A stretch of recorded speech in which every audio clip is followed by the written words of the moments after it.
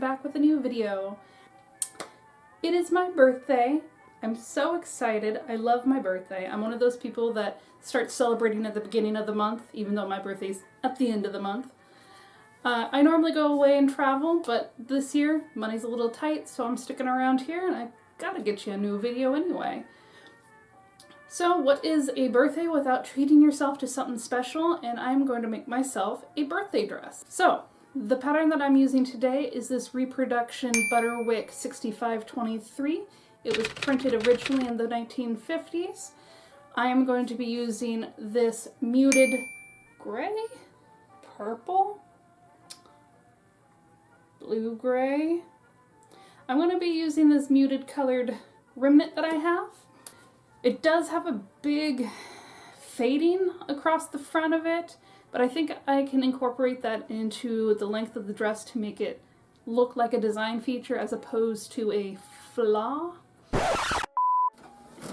Hey, sorry to interrupt, but who am I fooling? Muted tones, those just aren't me.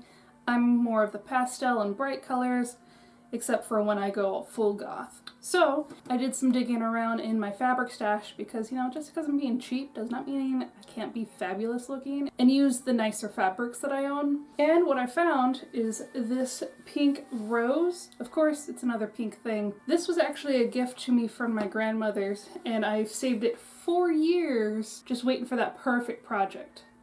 You know the one, right? The one that's like, oh, you know, this could be good for that project, but I'm gonna hold on to it for the perfect project. And I can't think of a more perfect project than to make a gift for my birthday. In addition to that, I also found this dark pink cotton, which I think will go great as that faux bolero sleeves. And then I found this light pink linen.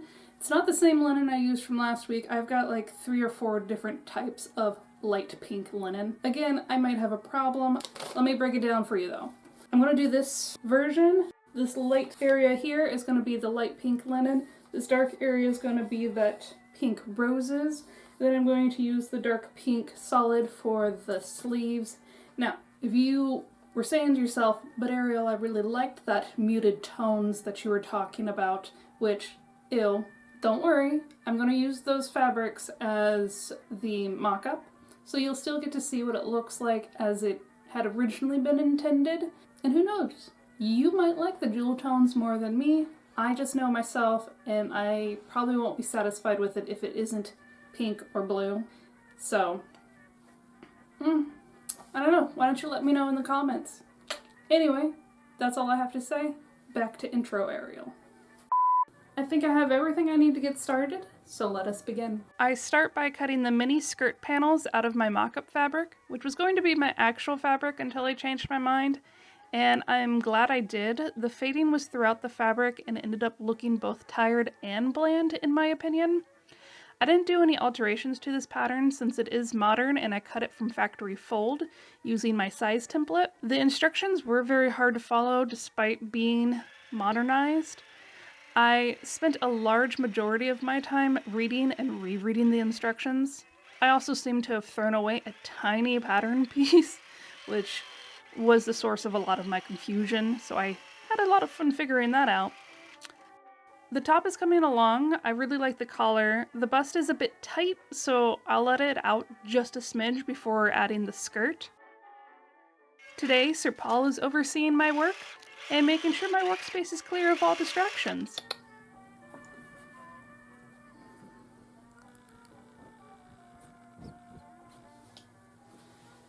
Alright. So here's the final piece. I gotta say, I really like it a lot. I didn't do any initial adjustments when I cut it out. I wanted to see how it fit right out of the package. And I actually think the fit's pretty good. It is a bit snug. I did let out about 1/4 inch on this side, and I'm clearly gonna need like 1/4 inch, maybe 1/2 inch even, on this side, just so I have a little bit of extra room for the zipper.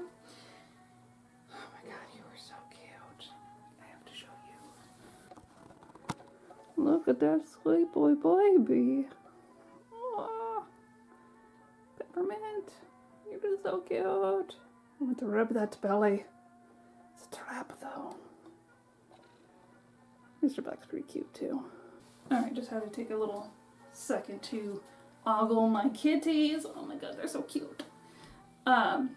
So yeah, this actually fit pretty well.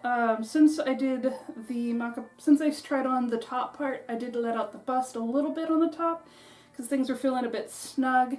Looks like I ripped my seam here. So I might do a 1/4 inch over in this side too. Whoops! And then I did add a pocket on this side. I forgot to add it on this side, but the final will have it. And I like the depth. It passes the foam test. Also, I really like how high this back collar is. So when I go like this, I feel kind of cool. I won't make you watch me cut more fabric. I'll use the magic of editing for this. This fabric is a bit sheer, so I lined it with white cotton. Next is all the pink rose fabric. After that, I hand tack the white cotton to the underside of the linen so it doesn't shift or pucker as I work. I would like to say I had a better understanding of how to assemble this dress having made the mock-up, but there was about a week between making the mock-up and the final, so my brain did a soft reset in that time. The struggle is real, my friends. I let out the bust a bit and made it a smidge wider, just so I have a little more ease. I decided I didn't like the look of having the faux bolero sit loose on my shoulders, so I did tack it down with decorative stitching. Next, I worked on the copious skirt panels. I remembered to add the pockets this time on both sides. And then I serged off the pocket bulk and serged all around the seams for added strength. I do keep all the scrap bits in case you're wondering. Maybe I'll do a video on what I use that stuff for. But for now, I work on finishing up the raw edges. I use the same decorative stitch on the cuffs as I did on the faux bolero edges. And now it's time for the big reveal.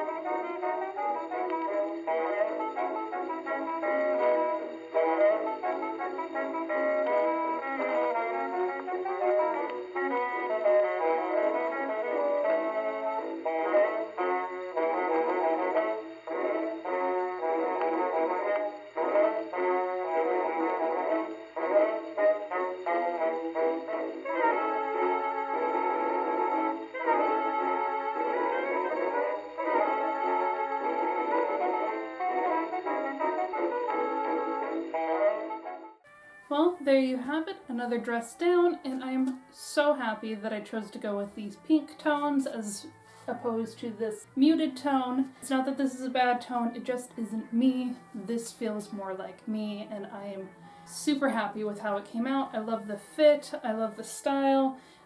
This material is actually pretty lightweight. I've just been outside getting my pictures for the gram and it's super hot out, but I feel fine. So being that it's my birthday dress, it is a very special dress for me, but not only that, it's because of the materials I used to make it. I said it earlier, but this rose printed fabric was gifted to me by my grandmother before she died, and I've held on to it for so many years trying to figure out what the perfect project would be for it, because I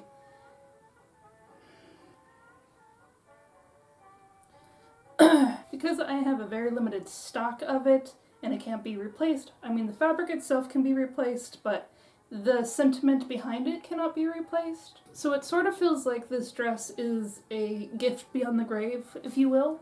And so it fills my heart with joy to know that every time I wear it, I'll think of my grandmother and how special our sewing time have been together.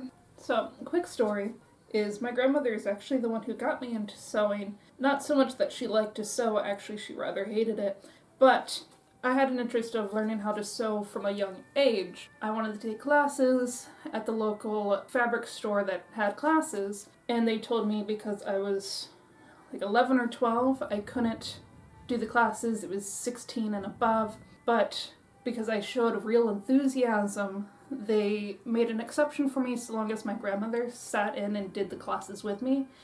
My grandmother, who does not like sewing, was avidly against all domestic work, enrolled in the classes with me. She took me every week. By the end of our first lesson, I had completed a full garment along with completed her garment, and she stopped doing any of the sewing. She just came and sat with like a book or something. But she sat with me through every single class until I finished all the classes. Anyway, so that's just a little story about my grandmother. I'm sure this video is way too long. I'm going to sign off. I hope you have a good Memorial Day weekend. I know I will, because I'll be wearing the dress that my grandmother gave me from beyond the grave. And with that, I hope you have a good day. Bye!